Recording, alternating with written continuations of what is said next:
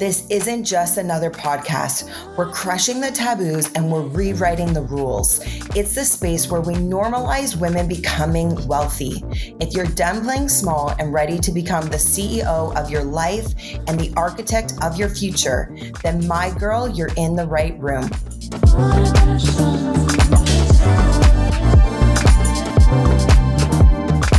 Welcome to your wealthy era.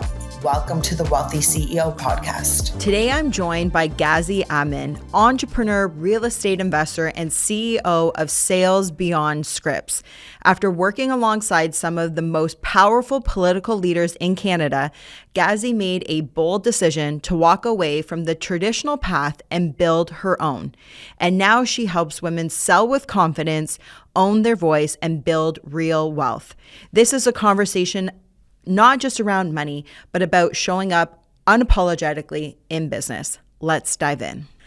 Joining me in studio today on the Wellthy CEO podcast is my girl, Gazzy. Thank you for being here. I'm so happy we're here doing this.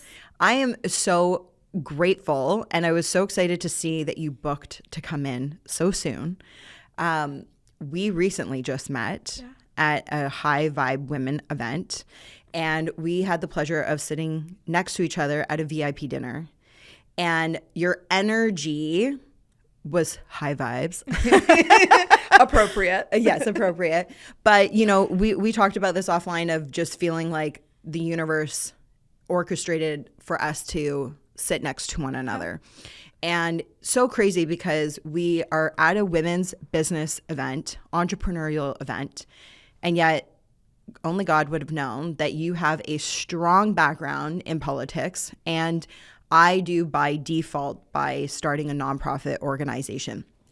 And years ago, I used to hate the idea of politics. I always said that.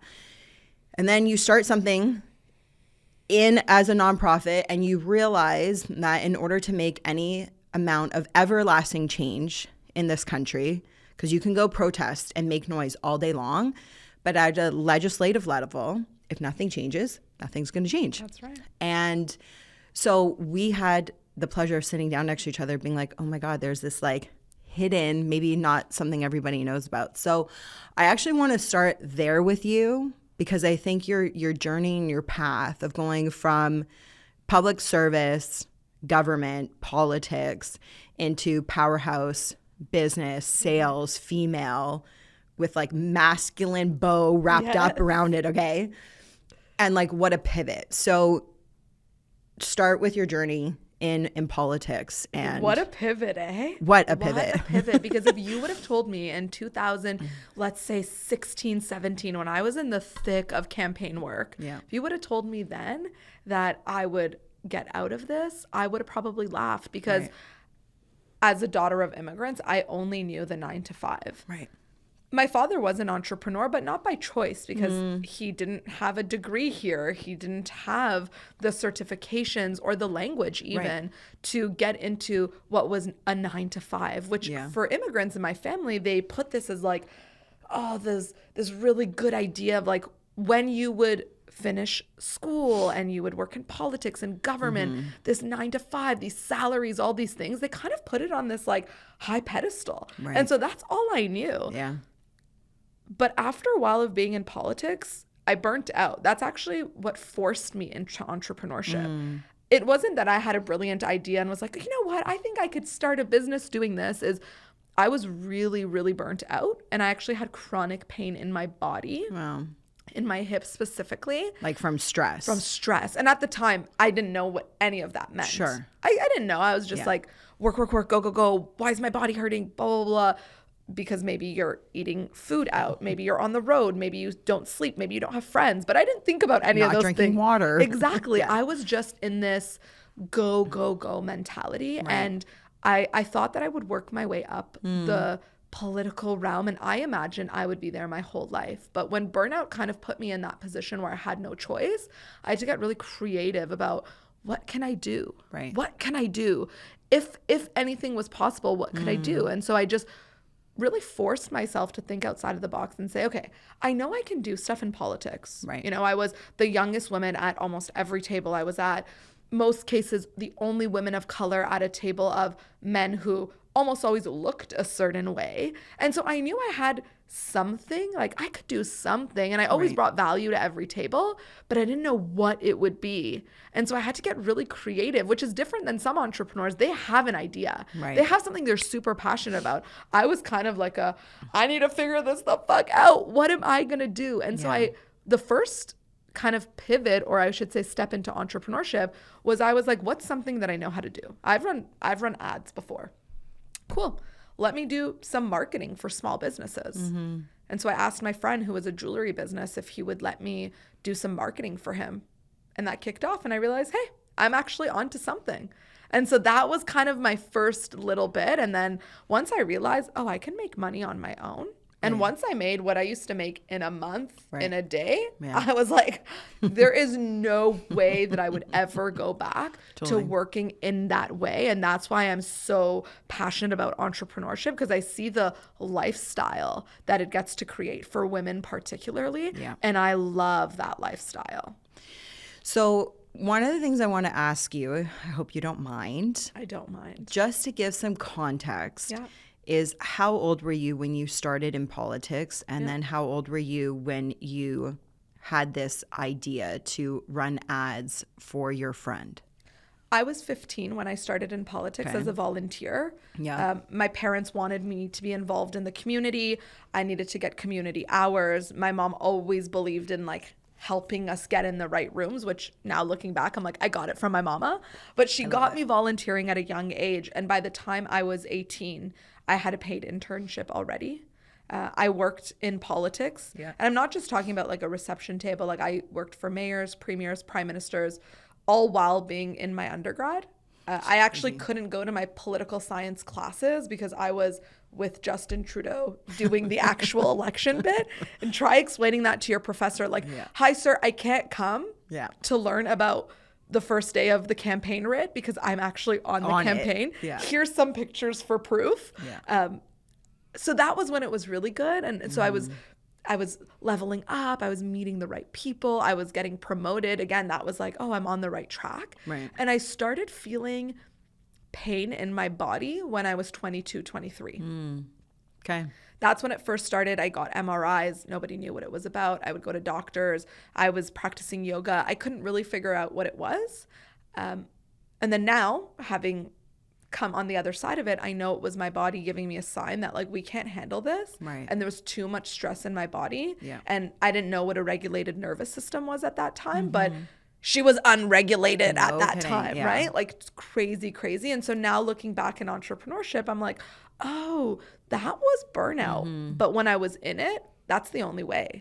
Well, and two, like when you're in industries like that with campaigning, it is go, go, go. Nobody is sleeping. You're sleeping on the desk in front of you when you're on the bus, like 5 minutes, shoulder, kinks in your necks. And like, that's not even just considered normal, but almost like praised, right? Like it's almost glorified. Correct. And so it's like, well, that's just part of the territory.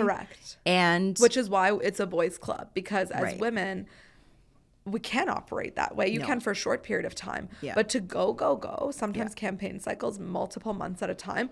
I myself was on a campaign cycle for 11 months on the road. Like, 11 months. Like, come on. How is my body going to even keep up with this? But you're right to say there was this level of shame and guilt if you weren't working so hard. You know, like when people ask me, how are you? And people are like, oh, so busy. I'm like, that's the stuff they loved in that thing. They always wanted you to be busy. And people would flex like, oh, I was here till 8 last night. I had to wake up 5 a.m. for this work thing.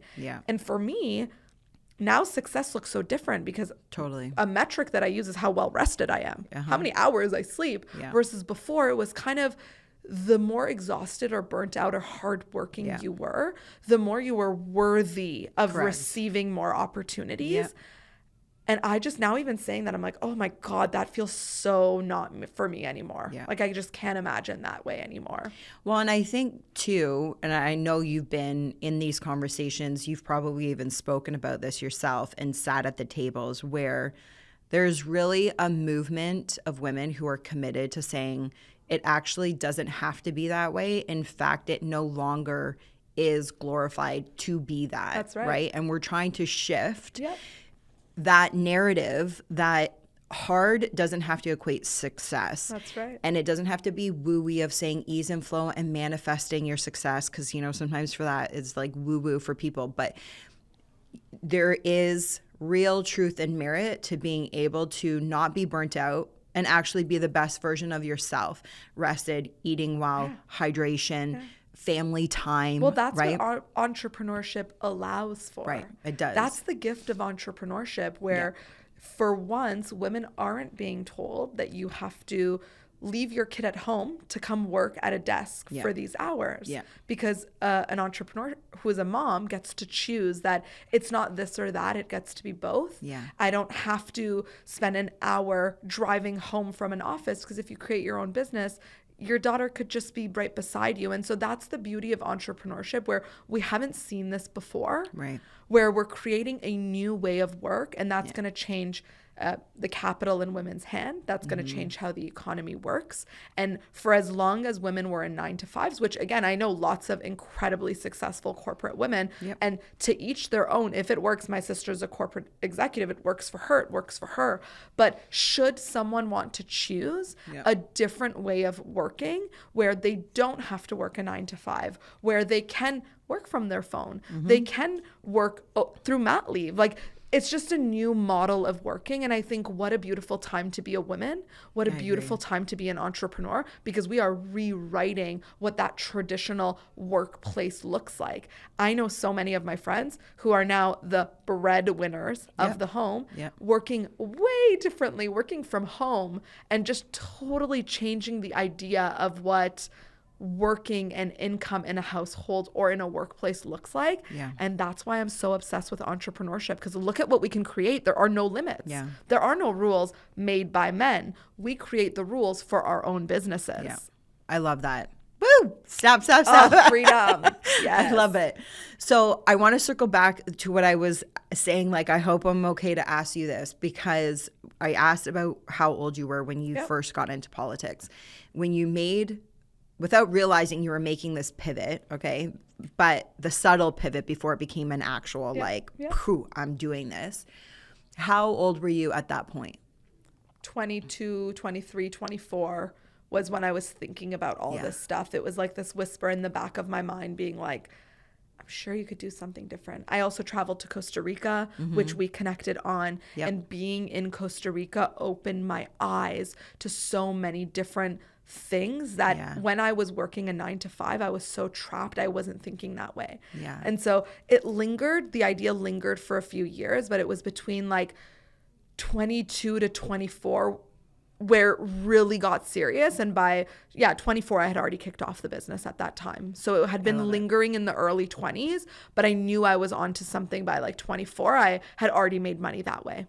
And you're 29. 29 now. Okay. Yes. Amazing. Like, happy, almost like you're enjoying your last year in the 20s decade. That's right. The reason why I'm asking you this is because it's so wild, right? We are in a time where it's never been easier to make money online and make money in general. And yet there's so much noise.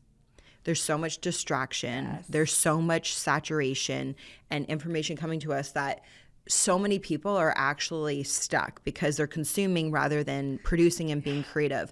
And I wanted to ask your age, because you're literally proof of concept for your generation. Totally. Right? Because I'm a solid 10 plus years on you. and which I love. Like, I love. And there's so much of myself that I see in you when I was your age. Like, I started Freedom when I was 25 years old, and I was starting my real estate career at the same time and building.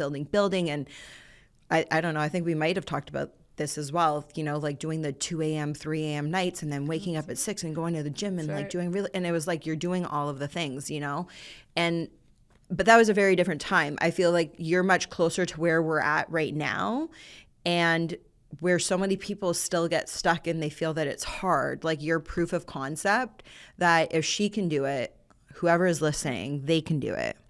And so I wanted to kind of set that tone as we dive into your story now and your business and some advice that you're going to have for women, is to really take that in, that if Gazzy can do it, you're able to do this as well. I'm not special. In fact, I would argue you are. I think you're pretty amazing. Oh, thank you. I receive it. But seriously, like, I didn't have the best grades. I wasn't that studious growing up. I don't come from a rich family. So when I say those things just to preface that when I say this is what I didn't have any shortcuts. My parents didn't give me money to be like, yeah, we believe in your dream. Like, if anything, they're counting on me to help them. So sure. I preface that because sometimes when I would look at other women, and I'm saying I'm a woman of color, right? So I wanted to see people who look like me, who came from families that look like mine. Right. So I could see relatable success. Because when I was young, I did know some entrepreneurs. I did know some businesses, but they weren't immigrants. Right. And so for me, it's extra special to be that for my younger version self, right? Yeah. Like this weekend, I'm actually speaking at McMaster University to a group of university students called You Want to Be an Entrepreneur? Amazing. Like running a session to show them that, like, hey, I'm just a few years older than you. We look the same. Like, if it's possible for me, it's possible for you. There really is no difference between us. Yeah. And it's really just that grit to have, like, I could do it, but there was nothing that I had that was a handout or a shortcut that would make me like, oh, she can do it, but I can't, you know? So what do you think your secret sauce or your secret power was? Because I'm going to say be at maybe what some people would say is at a disadvantage, or certainly at a neutral standpoint, regardless, like clean slate. That's it. No platter, no tools. Yeah. What do you think actually was your secret power? I take action really quickly, and I take messy action all the time. I will launch something way before I'm ready. Okay. And that helped me. Yeah. Because I know for some entrepreneurs, they stay stuck in idea mode for so long. Sure. My expertise that I coach people on and my energy is, I go from idea to execution quickly. Mm-hmm. I don't say I go from idea to perfection quickly. Right. I go from idea to execution quickly. So if I have an idea in my mind, I bring that to life. So I thought, hey, you know what? I want to start creating content on Instagram. I started the next day. Right. There are people who will spend months thinking about what to make the handle name, what to make the brand, what's the bio. Mm-hmm. I just thought of the first thing I could. It was authentic Gazzy. I was like, I'm going to live an authentic life. Authentic Gazzy. And the first picture was like, hey, this is me. This is what this page is going to be committed for. Right. So I think that's something that it sounds so easy, like take action, but truly this is my biggest weapon. Right. Because I can think of an idea, and I'm the opposite of my husband. He's someone who really takes time making decisions. And I agree, we need those types of people. But as an entrepreneur, my ability to move on ideas quickly, to be a visionary and to think of something and the next day come up with it. Yeah. I decided 2 weeks ago I would have a YouTube channel. It's starting this week. I love it. People would take months thinking about this. Totally. For me, I believe the learning comes in the doing. Yeah. It doesn't sit in the researching. Yeah. Nobody got successful with good ideas because ideas are cheap. Yeah. The game of entrepreneurship is about execution. Totally. And so that's my ability. When I say I'm going to do something, I'm quick. And even if it's not perfect, even if it's messy, even if there are mistakes, I rather get it done than to not build trust with myself that I am not a woman who can execute. Yeah. My confidence comes from my ability that I execute shit. Yeah. And so when people are like, how do you do it? I'm like, I proved to myself that I could do it. Yeah. Nobody told me. I didn't start with affirmations thinking, oh, I could do this. I could do this. I'm going to have 10,000 followers. It didn't happen that way. Right. One post at a time, I decided I would create and I would do. Right. So I think sometimes that's something that as women, we forget, because especially in the online space, there's this conversation around like effortless and manifesting. And while those are true, you can do things with an effortless energy, but effort is a requirement. Totally. And so there is no shortcut to results. It takes effort. And I am a woman who I take that on. I'm like, perfect. I know what I can do and I will execute on it. Yeah. So there wasn't as much of a strategy or this idea that it was like, oh, this is going to be profitable, I'm onto something. But it was in my, let's call it essence as a CEO of I call it my get shit done ability. Yeah. Some people need to crank that up. Yeah, I agree. Crank that up because they're stuck in the journaling and the visualization. And that's kind of where my masculine energy comes in, where I'm like, oh, let's get done. Yeah. From idea to execution Totally. as quickly as possible. And I'm grateful because that really has served me in the game of entrepreneurship. Yeah. Well, okay, you've said so many awesome things. And even just with what you just said, it was like I could hear Alex Hormozi being like, fuck your morning routine. That's it. Of your journal and prayers and whatever, and not to say that what he's doing is the right way. I don't know if you saw the interview between him and Tony Robbins. I who did, which him. I loved so much. Me too. I thought it was phenomenal. Yes. And he has built a huge multi-hundred million plus empire. Yes. And yet Tony Robbins got his way in there with his passion and spanked him. Yes. Right? So it's not to say that everything that Alex does The too masculine is wrong as well, and the too feminine isn't the answer. Right. It's that yin and yang perfect match. And you can see Alex, who I love dearly and study and buy all the stuff and all the things, also Iranian as well. Yeah. But I didn't know that. He got what Tony said. He moved from being in the heart to being in the head. Yeah. And you need a balance of those two. Some of us are too, some of us are too in the heart and not enough in the head. Some are too in the head and enough in the heart. Yeah. And so I think it's that balance of energies that it's like, yes, you'd love to start your morning grounded and stuff, but nothing I love more than starting my morning than making sales. Totally. Yeah. Like my husband's like, you eat deals for breakfast. And I was like, I think that should be a tagline of mine. I eat deals for breakfast because that confidence and belief that I build in myself, that before most people have woken up, that I've moved the needle on my business. Yeah. Yeah. That's more powerful than an affirmation. Yeah. That energy is it's infectious. proof of that affirmation, right? That's right. It's the affirmation in action. Totally. It's the experience of being the affirmation, right? 100%. That's it. And, and you brought up the, even the word balance, and there's a time and a place, and there's also seasons, right? Yep. Like seasons change.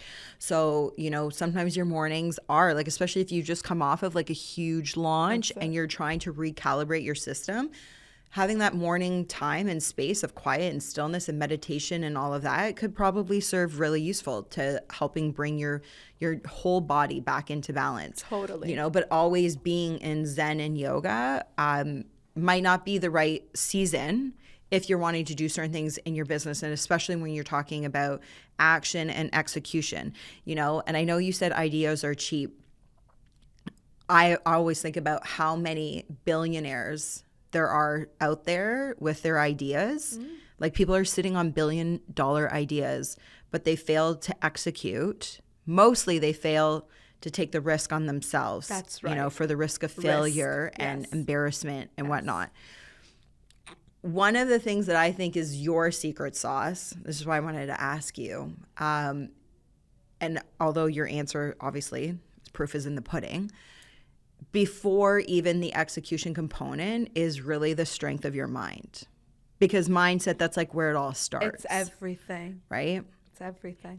Do you find you've always been that way? Yes. Yeah. I've always been that way. I think my parents raised me that way to be a winner, to be the best at everything I do, to give everything my 100%. Yeah. So that's kind of just in my essence. Yeah. Like even grocery shopping. It's like, if we're going through this aisle, pay attention because we're not going to do it again. Yeah. So even just like doing something right. Once I learned so many of those, I would say those personality traits from my family. Yeah. But entrepreneurship challenged me in a new way. Yeah. Because I had to have such a strong belief because nobody else believed in me at the beginning. So some people have the blessing of having parents who were like, hey, study whatever you want. My parents were like, you're going to become a politician. Like, you're going to become a lawyer. That's really what my dad wanted. You're going to become a lawyer. Funny. That's it, you know?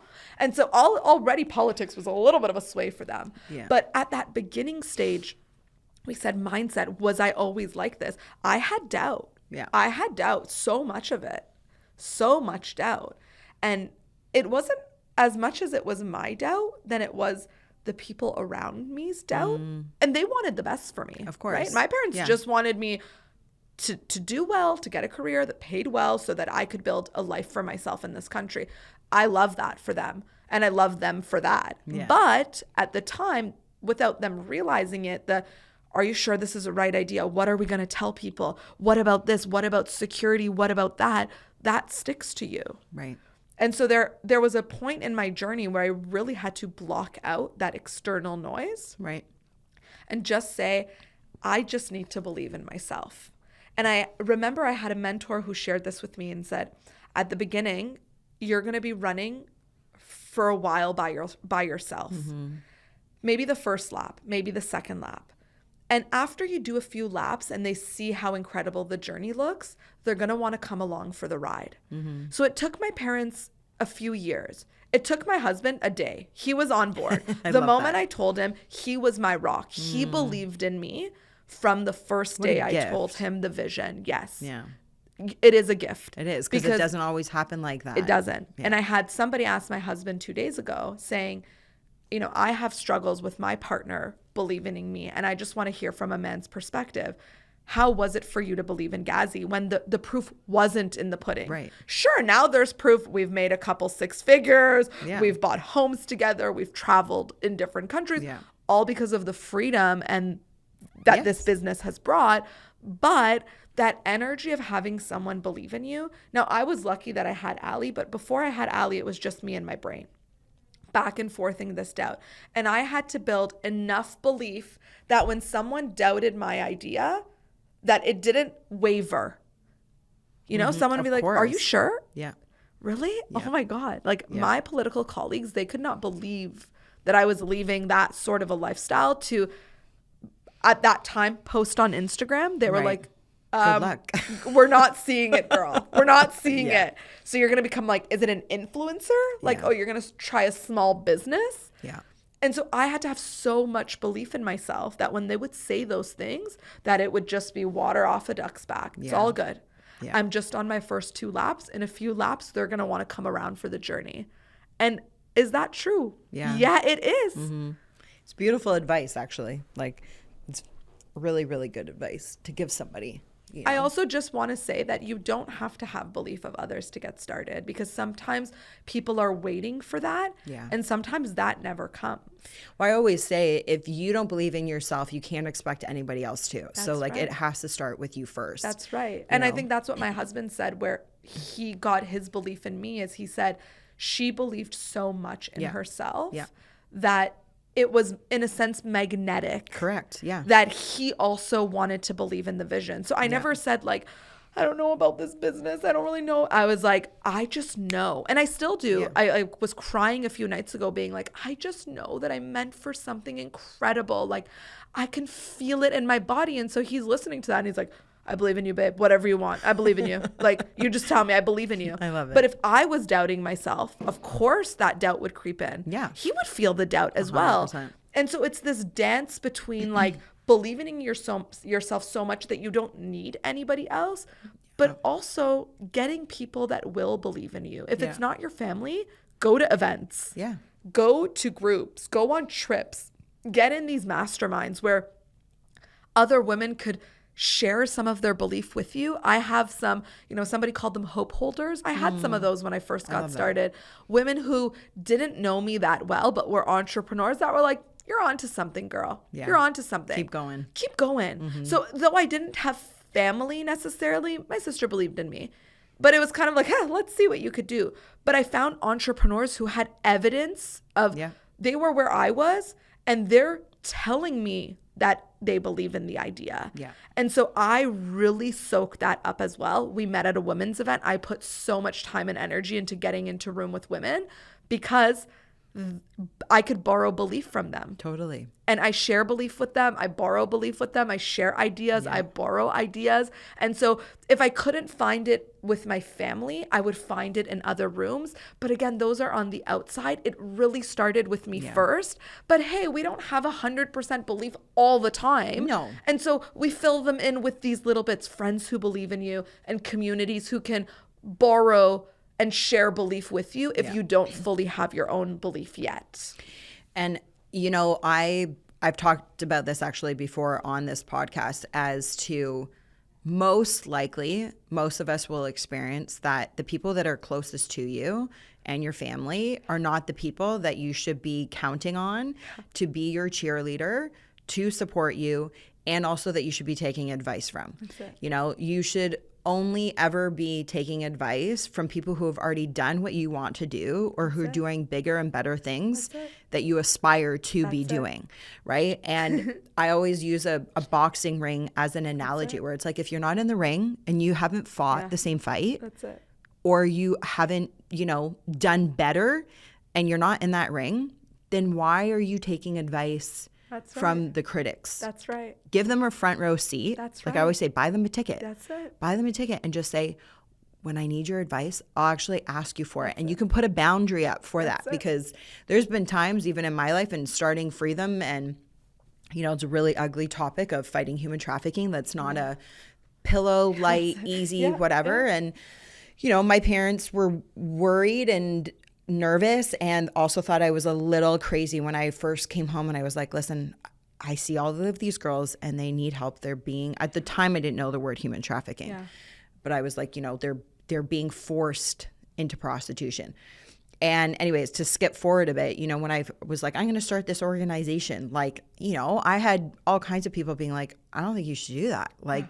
I had 1,000 reasons to not. That's it. Right? Yeah. And if I would have listened to them, then we wouldn't be here today. We wouldn't be here. That's and right. Never mind me, but and I think I shared this with you, but we've funded the rescue of over 500 girls in Canada, and we've changed federal legislation at the criminal code, as you know, but most people only know it as federal legislation 3 times in Canada. We have changed the makeup and the history of this country. Yes. And that wouldn't have happened. That's it. And you wouldn't be where you are today in your business if you allow, and it's a muscle that you have to learn, to being like, I didn't ask for your advice. Yeah. Thank you. In one ear, out the other. That's it. And then you go call on those hope holders, That's it. your proof of, evidence of what is possible. And that's hard for a lot of people because we so desperately, and you're not wrong for feeling it, you want your family to be proud of you and feeling support. But like you said, I really love the analogy of doing the laps because eventually they'll come round. Yeah, of course. By the time my parents started seeing we were eating at free restaurants, we were making money, we were traveling, they're like, Keep wow, doing what you're doing. What are you doing? Can I come to one of your events? Yeah. And on that note of who are we learning from? Right. Today as we're filming this, my cousin is here. She's 13. And yesterday she asked me, because I told her, I've hired a new mentor. Yeah. And she asked me, why do you hire a mentor? Yeah. And I said, I hire people who have done the things that I want to do, who have the experience, so they can tell me what worked well and what could work better or didn't work for them. And also your blind spots. That's it. So I didn't say I hire my best friend. I didn't say I go to my mom because I love her so much. Yeah. I hire people who have the goal that I desire and ask them questions, much like yourself. When I met you at High Vibe, I'm a student of life. You told me you have property in Costa Rica. I want to have property in Costa Rica. Bam, perfect. Yeah. So now I'm asking all my questions. What worked for you? What about this? Oh, it's rainy season. So I'm always, as an entrepreneur, thinking, how can I work smarter, not harder? Totally. And the easiest way is to find someone who has done exactly what it is you want to create and get in their energy. And don't ask to pick their brain. Pay for their time. Invest in their programs. Go to their events to truly be able to learn from them. Because That's what's going to get you closer to your goal. Not asking your Uncle Joe at Thanksgiving what he thinks about this new e-commerce business, because probably he's not going to have an answer that's going to make you feel inspired or empowered. And so you want to talk to other people who have done the thing you want to do because they have, I'm air quoting, the roadmap. It's not, doesn't look the same for everyone, but they have some insight. And so for me, I invest time and money to hire a mentor, to hire coaches, to speak with people and learn from them, because that's where the value is. And so I'm not asking for everyone's advice. I'm asking for specific people, their advice, and their advice is based on the goal that they have that I desire. So it's strategic advice asking. You wouldn't see me ask. I actually say, like, I'm a leader who makes decisions quickly. I don't need to ask a lot of people's opinions because I believe in myself. And so I don't need to ask mom, aunt, uncle, blah, blah, blah, blah, what they think about this, because I trust myself. But when there are things that I do need expert guidance on, I'm paying the right people and not just calling X, Y, and Z because, they might be free to take this phone call right now. Hey friend, if this conversation is speaking to you, please do me a quick favor. Hit that subscribe button and leave a review. It's how we grow the show, reach more women, and build a future where Wellthy is female. This isn't just content. This is an invitation to a new society for women. Let's rise and build it together.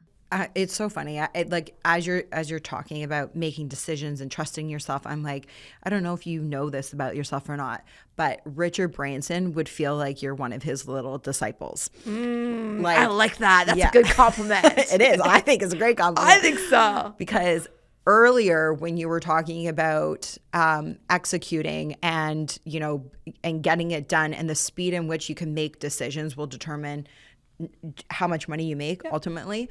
But Richard Branson will talk about this. He talks about it enough if you've ever studied him or watched him, about how he's made way more mistakes in trusting himself in making the mistake, realizing it's a mistake, and then pivoting fast, correcting fast, rather than trying to spend too much time on whether or not it's the right decision to make or not. That's right. Right. And so he's like, I'm bold and confident in the decision I'm making. And if it's the wrong one, we'll fix it and we're going to keep moving forward. But we can't spend 2 weeks trying to figure out if this is the right decision. That's right. And, he's got so many freaking companies. And I mean, he's a man. I really love his balance, because for me, he's one of the most successful business entrepreneurs on the planet. That's right. Who I would say has the most fun I've ever seen an entrepreneur have. I love that right? about him. Yeah. That's it.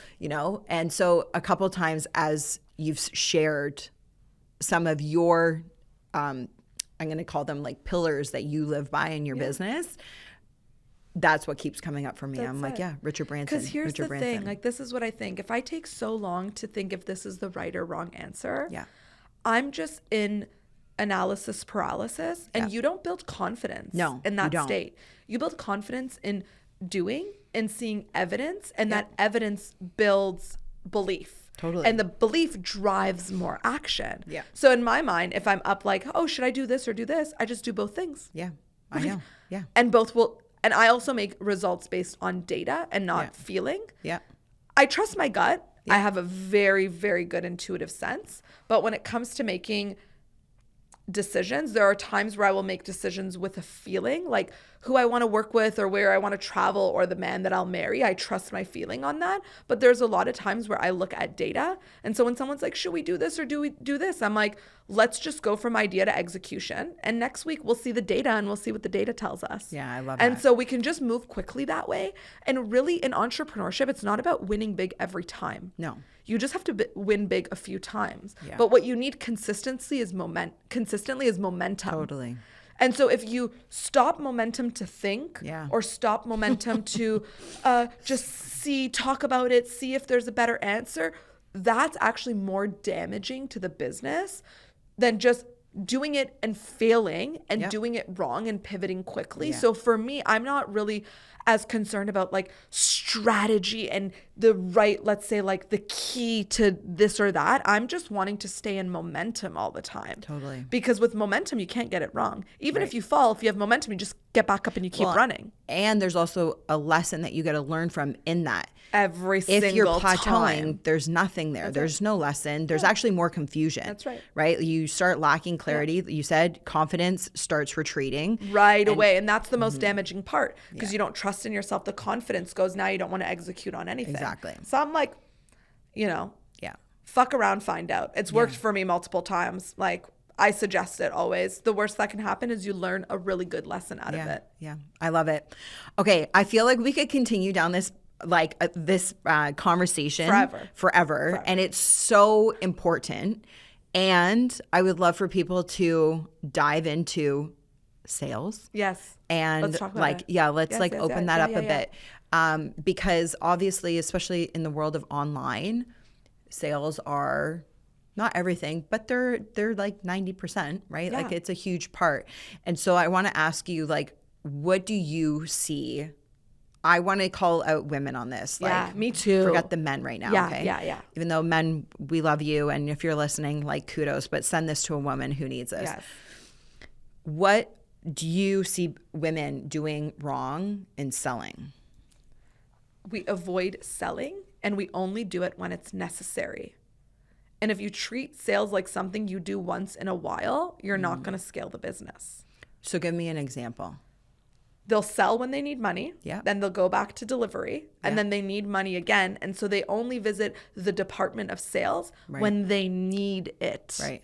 So to your point, actually, even earlier, like there is no momentum. There is no momentum. It's very stagnant. That's right. Right. We go to sales when we need it. Now, the way I see sales is it's the lifeline of the business. It is. No sales, no business. Right. No profit, bankruptcy. Right. So the way I see us women get in our own way about it is we avoid it for some reason. Right. And I think I know the reason. I think it's because for so long, men were teaching women how to do this thing called selling. And men do it in a very different way than women do. Sure. And I've trained lots of men, incredible sales rep, worked with tons of them, been coached by some of them. So no shade against that. But the word bro marketing and icky sales, that came because of our fellow male entrepreneurs who made this art of selling something that felt really, really icky in the body, really icky to do. So not only would women avoid selling, we would avoid being sold to. We don't want to be in sales conversations. Maybe this doesn't apply to everyone. If you're a woman who loves sales, you're my type of gal. But most women that come to me, they'll come to me because they don't feel confident in that department. And I feel like in this 2026 digital era, there's so much focus on visibility, marketing, brand, voice, all those things. And those are incredible parts of a business. Yeah. Incredible. Yeah. But what about sales? Why have we stopped talking about this as if it's not the lifeline of the business? And so my mission is not just about reframing in the mind how we think about sales, which is my dominant belief about sales is every time you sell, you help someone. Right. That's the truth. Yeah. But a lot of us, we don't feel that. I mean, maybe if you're listening to this podcast, you'll ask yourself, like, if I were to explain selling, what's the first word that comes to my mind? Most people don't have an empowering feeling or word to associate with it. Yeah. A lot of times it even comes from our money stories as kids and what we've been taught about, like what's expensive, what's worth it, what's an investment, what's like those sorts of things. Yeah. These are taboo-ish-er conversations. It's so much easier and sexier to talk about marketing. But also too, don't you think that, well, I mean, this is like an onion. I feel like there's so many layers to this because, you know, it can absolutely be around worthiness issues, mindset issues, how you think about money, not being able to hold it, you know, masculine and energy or masculine and feminine energy conflicts. That's right. Right? Like there's so many things there. But I also think that sometimes it is probably that you actually don't even believe in your own service that you're offering or the Absolutely. product you're offering, or that there's not enough value, that you actually are lack of confidence because you know that. You know, the question is really is like, would you actually buy and pay for that if you heard Gazzy talking about that, or if you heard Shae talking about that? And I can hear from someone's voice when they talk to me about their product or their story or their business. I can tell someone who believes in their product and someone who doesn't. Right. Yeah. Someone who doesn't believe in it's like, oh, I just do this, or it's just that, you know? Yeah. It's like, oh, I have someone who knows their product, you want to buy in because of their conviction. Sure, of course. So I always say, like, do not try and sell me until you've sold yourself. You got to do your homework to sell yourself first. Right. If you're not sold, you can't sell me. There's just no way. Yeah. The reason why I'm so in love with what I sell is because I am in love with what I do. Totally. I love helping women. I speak with conviction. Yeah. But that's the first part of it, because I could even give you a strategy. You know, sometimes people come to me, they're like, Gazzy, just tell me what to say on the calls. Got sales calls. What's the system? What's the email thing? Sure, I could give you all of that stuff. Right. But if you don't have conviction, 100%. you don't have belief in yourself and your ability to provide transformation, to get your product into hands where people, where their lives will be changed, there's no point. I could tell you what to say, but if the energy isn't there. No, it's everything.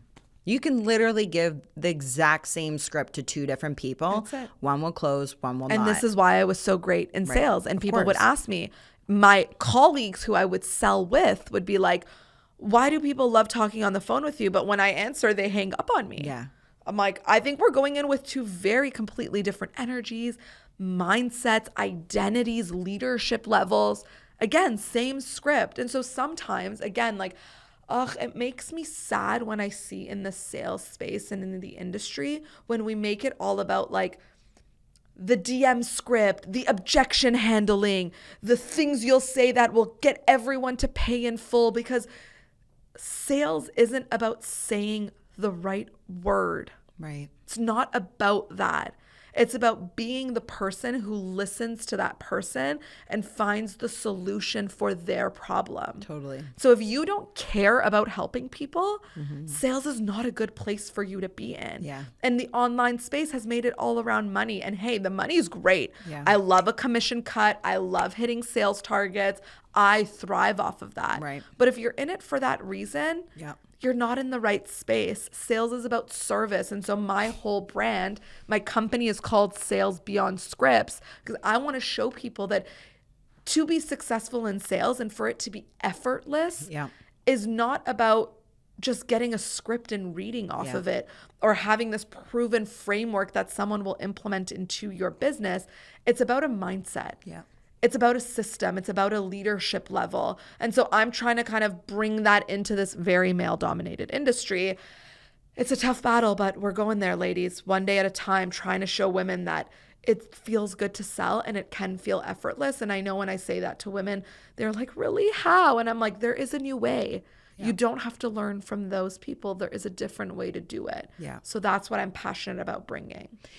You know, and I think, and you just said the word passionate, but that's what I was going to say is that if you aren't passionate about what you do, it's just going to be another job, literally, right? You know, except not guaranteed money. So at that point, you might as well go to a 9-to-5. Get back to the 9-to-5. At least you know on Thursdays they're paying you. Exactly, you know, and I love that you said it's not like, well, you said this in a certain way, and I say this all the time as a realtor, is like, we're not in a sales industry, we're in a service industry. That's and right. if you care about people, like, you'll actually appreciate this, you know, like my team has been around for 40 years and we've had the honor of being number 1 in the world twice with Remax, over 10 times in Canada.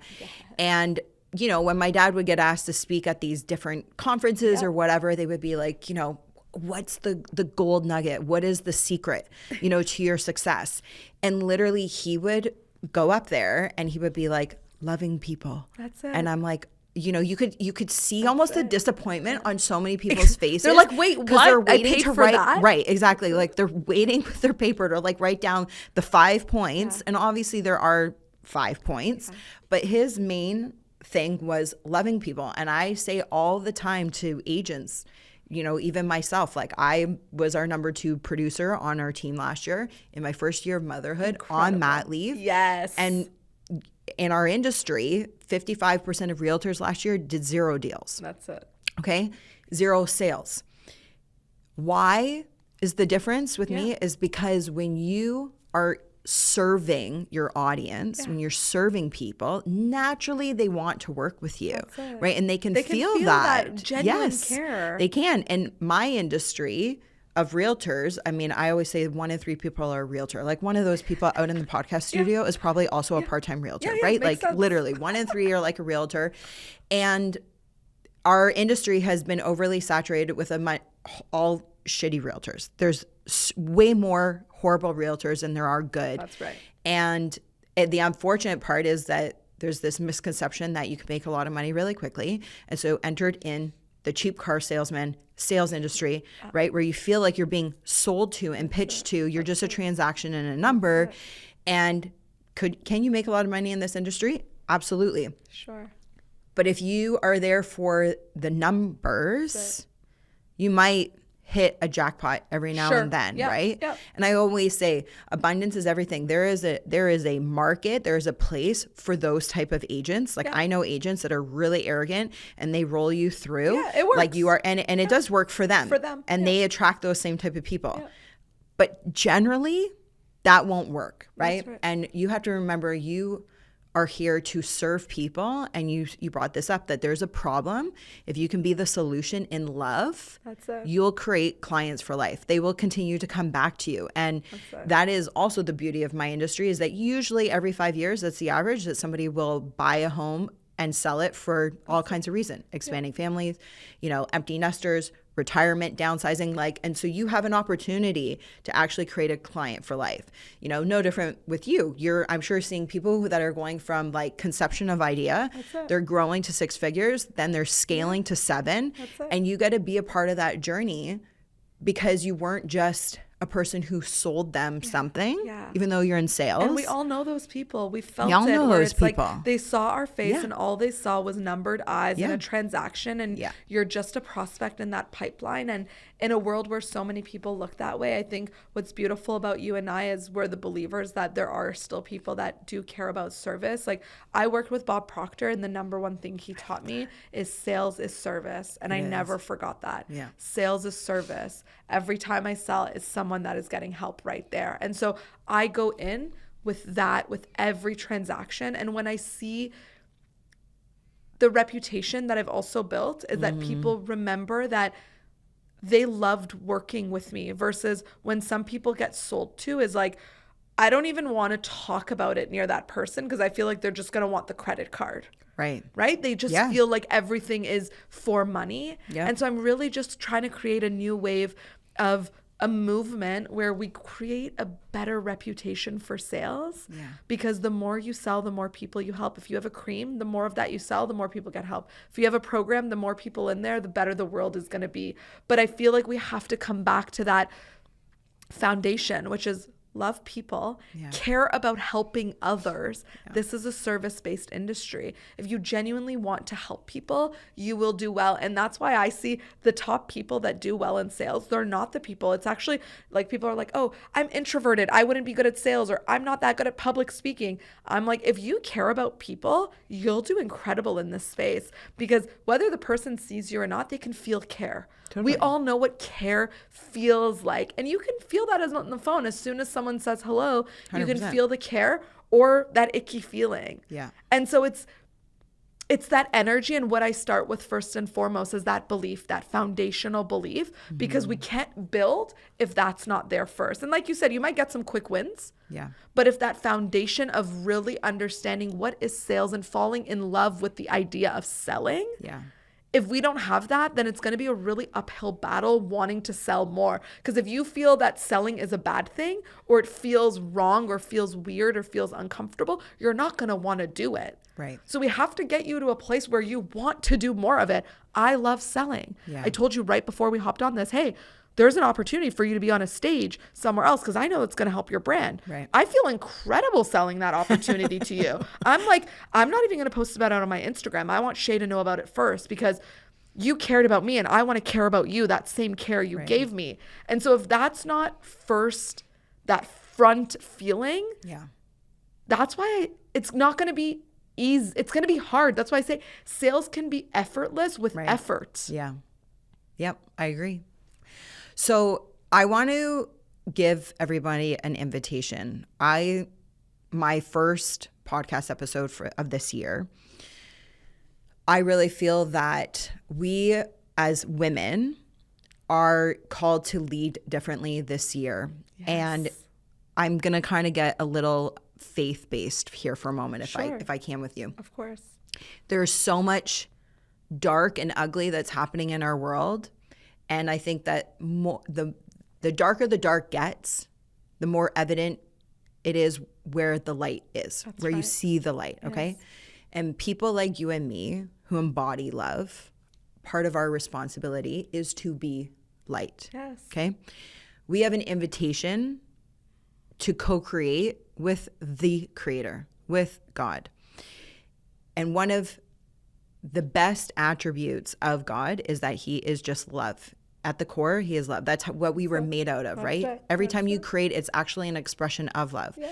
So maybe part of the reframe for people in sales, and truthfully, this is something I do that I learned from my dad. I told you his secret to success was loving people. Yes.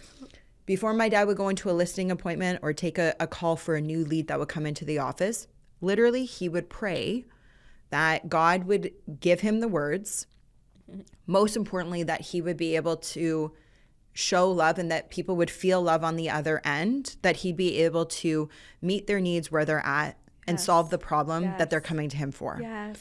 Okay. I've been in real estate for 17 years and it's something that I've adopted into my way of business.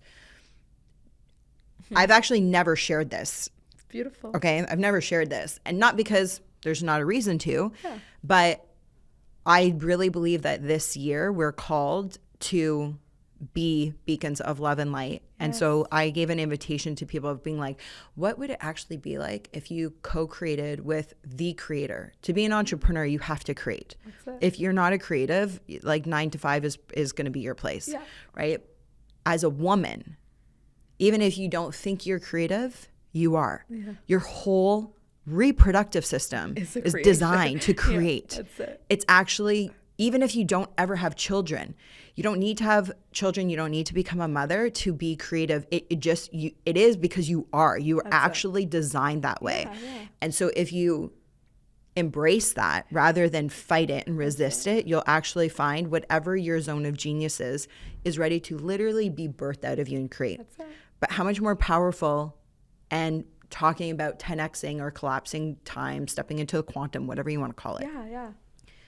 If you were on the other side of that phone call before you took a call and you feel icky in your body about sales. That's right. And instead of doing that, you literally just said a prayer up, even if you don't believe in God. This all didn't happen just by chance. So look up and just be intentional to say, how can I just serve that person? That's it. Right? And let them feel that from me. That's it. Just those two lines. Yeah, you're right. I do a similar thing. I don't pray, but everyone has their own bit. For me, it's just about closing my eyes, thinking about that person in my mind, and saying, I'm just going to be here to listen to them and to help them. And I trust that everything that comes through me is in their highest, and I'm just a vehicle for their transformation. And so when I go in, again, it's not about what you say or how you do it, whether it's looking up, whatever you do, but it's about that moment of intentionality of what is my purpose here and who am I going to be for this person and what am I focused on? Because so many times in sales calls, you're focused about what's the next thing I'm going to say or how should I transition to presenting the offer. And at that part, you've already lost the sale because the focus is off of that person. And so really just finding yourself a ritual or right before a conversation, even coming on this podcast, saying to myself, like, I trust whatever is going to come out of me is meant to be this way. And I trust myself that I'm always guided to say the right thing for the right people who are going to listen. Now, you could do that as a journal. You could do that as a prayer. You could do that just as a thought a moment of silence. But I love that because it grounds me in what we go back to, which is service. Totally. And being reminded that that's what I'm here. This isn't about building my business. It's not about doing X, Y, and Z. It's about being of service to other people. And I always say, like, I'm an open channel for that transformation. Like, if the universe wants to use me to help a bunch of other women, I'm here for it. I'm an open channel. Amen. I'm an open channel. You have a message you want me to give to them, I'm an open channel. You have an idea you want me to reaffirm, I'm an open channel. And so I trust in that, and it always works out that way. I love that. Yeah. Okay, so you have an event coming up in April. Yes. That I would love for you to share, because this is an opportunity and an invitation of everything we just talked about to be in the room for whatever you need. Find your hope holder. The podcast is called Wellthy CEO, and the event is called Money Move Summit. So Wellthy CEOs, they make money moves. And that's, I'm part of a group called Run the World. We are an events, I would like to say, experience that happens in Toronto. We've been hosting events here for about 5 years. I'm the project manager. So I'm not the brains behind the beauty. Those are my colleagues. But I'm inviting you all to join us to come to this conference where we're going to be bringing, and this is part of my role, is finding exceptional women who can come speak on these topics for the group. So it's April 24th. It's happening in downtown Toronto at the TD headquarters, and it is a full day experience. There will be 300 and so other women in that room. The energy is going to be magnetic, and we're really talking about things that women need to talk about that maybe isn't as accessible. Like, hey, do you want to talk about exiting your business? Do you want to talk about investing in your first pre-con?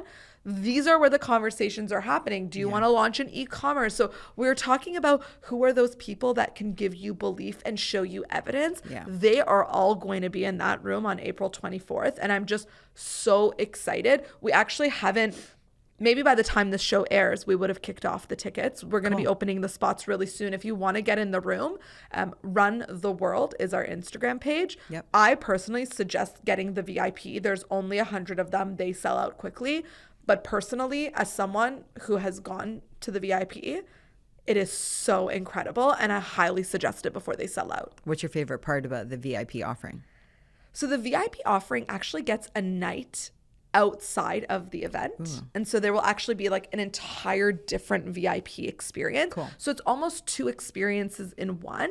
And also we are really known for our swag bags. Like, shout out to my colleagues. We put so much love, sweat, and a lot of begging into getting the best products. I'm not talking like little products. We're talking full size, like gift cards, actual money, not coupon codes, like gift cards that you'll be able to use. So that's like one of the things that I really look forward to. And I know my family does too, including my cousins, because I bring them all little swag bags back home. So that's really fun. I love it. Well, and full circle moment for those listening, Gazzy and I met at a VIP experience for High Vibe. We were part of the VIP ticket holders. And the night before, you and I sat down beside each other. So we would not be, maybe we would have met on the Saturday, but we would probably not be sitting here right now having this conversation without that VIP experience. And so, you know, you get what you pay for. That's it. That's part of it. And I got an incredible friend, and we spoke about Costa Rica together, and I just loved your energy. And that just shows you the power of getting in the right rooms. Correct. You know, you asked me earlier, what's one of those secret successes? And I said idea to execution was number 1 for me. But also I think the women I surround myself with are a reflection of where I'm going. And so I'm always getting myself into rooms. So this is my plug of like, you really should be in the rooms. And it's not just what you get on that day of the experience, but look at this podcast a few weeks after the experience. So you never know who you'll meet and what that will open the door for. But I'm an events girly, and I really hope that I will see some of these listeners there. And if you do come to the event, come find me. Tell me you watch the podcast so we can hug in person. I love it. And we're going to put the link in the show notes so it's easy to find. You can grab your tickets for the event on April 24th. Oh, Shae. Authentic Gazzy, that's your handle, right? That's it. Authentic Gazzy. Besides Instagram, is there another good way to get a hold of you, or is that the best way for people to connect with you? On Instagram, you'll find the most authentic version of Gazzy. If you want to see me write thought leadership posts that boring corporate clients like to read, you could also follow me on LinkedIn, but I would say Instagram is the best way to connect. I'm always in my DMs, always voice noting, and that's where I love to hang out personally. I can testify to both of those things. That's it. That's it. I have received both of those from you. So yes. Thank you so much for being here today. You're fresh of breath air. Thank you, Shae. Did I just do that wrong? Yeah. No, you got it. Okay. Yeah. Fresh of breath air, breath of fresh air. Whatever it is, I just want to mirror back to you before we leave how grateful I was that you mirrored possibility for me at that dinner, and you got me thinking about real estate in that big way. Part of growing as a woman is understanding that how I could generate wealth. And I got into the investing space at a very young age. And I just love that you were able to pour into me that night and give me some really incredible feedback that I didn't know about investing that I wouldn't have had if you weren't so generous to share with me. So all I got to say is I'm going to invite you to my beach house when we get it, girl. And you're all hearing that, so that's it. Clock it in, ladies. You heard it here first. I can't wait. Thanks, Shae. I appreciate you. Thank you, likewise. If something in today's episode resonated with you or sparked a shift, tag me on IG or send me a DM. I genuinely love hearing what lands for you. And if it spoke to you, share it or leave a quick review. It helps more women find this show and step into their own wealthy era. Until next time, lead with purpose, live with intention, and stay wealthy.